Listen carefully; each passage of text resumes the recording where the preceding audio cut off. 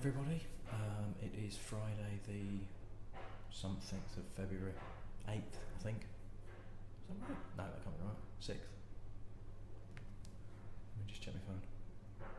What is the date today? 5th. I have absolutely had one of those days today. It's been one of those weeks, but today it's just been an absolute mare. So I'm just going to take it easy. We're going to have a nice chilled weekend.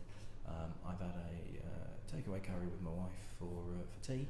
So seeing as we're doing a bit of a world tour, it seems as good a time as any to go with an Indian whiskey. So some of you might be thinking, Indian whiskey? Bloody hellfire, I didn't even know there was such a thing. There is. There's a lot of it, but not all of it's whiskey. So I'll try and explain why. At the moment in India, now India's like a really big market, as you could probably imagine just by the sheer number of people that live there. And in terms of sheer consumption, whiskey it's one of the biggest markets in the world in India. Heavily influenced by the British Empire that was there. You know, there's a lot of sort of British elements that maintain popularity in India. But whiskey that is produced in India is made with, is distilled with a derivative of molasses rather than malted barley. And by EU legislation, which basically controls the entire whiskey market in terms of Scotch, Irish, etc., etc., it's not actually kind of legally whiskey because it's not using any type of grain or barley or corn or anything. So you can see, in particular in India, loads and loads of whiskey, but it's not actually the whiskey that we would drink elsewhere in the world, which is why very, very rarely do you find it outside of India, simply because it can't technically legally be sold and marketed as a type of whiskey. However, there are two distilleries in India, although technically it's on it. Well, there are two distilleries in India, one of which has only just started releasing whiskies, and these are whiskies because these are mated with malted barley, made with malted barley. Paul John only just started releasing whiskies in 2012, but Amrut was the first one to sort of really get serious in the market and launched in the UK in 2004. Now I've got a miniature here, which is the original type of packaging. Now they have changed the package and kind of upgraded it and released a lot more versions of it. So there's a peated version and things like that. So I'm going to put a picture of what the new bottle looks like now. That's what you can find in the shops, and you're looking at about 40-45 quid for what's the equivalent of this, which is an unaged version. Now, it's unaged because India, as you're probably aware, is pretty damn hot.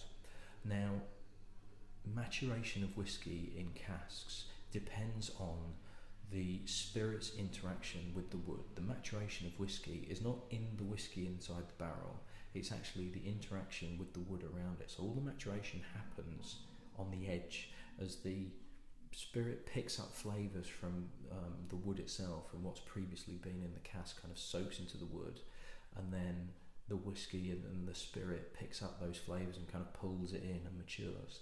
Now wood is porous and wood breathes, so there is an element of the spirit, particularly the alcohol, that evaporates through the cask. Now in Scotland it's called the Angel Share, and you might have heard of a film of that name that came out relatively recently, and I've got it in my head, it was a Ken Loach film, set in Scotland, based around the whiskey industry. Now they call it the Angel Share because this is basically the share that evaporates from the cask and the angels have it. And in Scotland it's per year about 2% of the stock that's in the cask. Now in India, it's really, really hot and really humid, and the wood is a lot more porous and it's breathing, and they actually lose a lot more. They lose probably about 12% of their stock, so it's a hell of a lot. So you can't risk leaving it any longer because there's just going to be nothing left in the cask. However, it's also interacting with the wood and it's pulling in the flavours a lot quicker than it does in somewhere like Scotland and Ireland. So the master distiller of Amrut has basically been quoted as saying that 1 year of maturation in a cask in their distillery in India is the equivalent of 3 years in Scotland. Now, that could be kind of, you know, nice speak and it sounds very impressive, but there is an argument to say that Indian whiskey doesn't have to be matured in cask as long as Scotch, and yet it will still basically pull off the same amount of flavours just in less amount of time. So they're essentially saying that they only need to mature Amrut for say 3-4 years, and it's essentially the same as a 12-15-year-old. So we'll see. We'll crack this open and try and find out. Now, Amrut is a Sanskrit word, which is essentially nectar of the gods or drink of the gods. Now, Amrut themselves basically say that Amrut means can I get the damn thing open? It means elixir of life, but it's kind of the same sort of thing. You know, it's essentially like water of life, the Sanskrit word for whiskey. You know, the origin of whiskey. So let's get that in there. So this is unaged, and I can remember when this first came out, it first got released. So you're looking at, to be sold, it's got to be sold and marketed as whiskey. It's got to be aged for a minimum of 3 years. So you're looking at probably about 3 to 4 year old, maybe even 5. Nowadays it's probably a bit older, but from what I gather in terms of the production, they can't keep it that long. They can't really do a 10 or a 12 or 15 because there's just nothing left in the cask. So for sake of argument, let's say it's like a 4 or 5 year old. It's pretty dark. You know, it's picked up a lot of flavour from the cask. Now I'm not quite sure what type of cask they matured it in. I'm going to say either heavy sherry or bourbon or something like that, simply because of how dark it is. It smells nice. It smells really rich, really sherried. There's not really much woodiness on there. It is a 40%, so it's not too, there's no alcoholic burn or anything like that. Very nice, very, again, kind of fruitcakey, kind of like sherried Speyside type feel to it. But, very nice on the nose.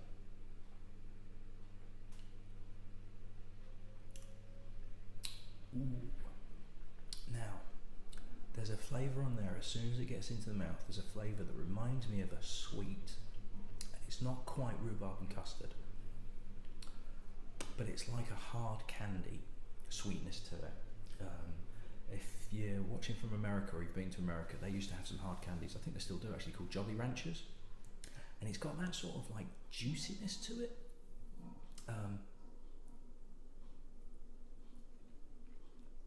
Yeah, there's a real juiciness to it as soon as it hits. Now, it's not that it's harsh, but it does have kind of an edge to it at the back of the throat.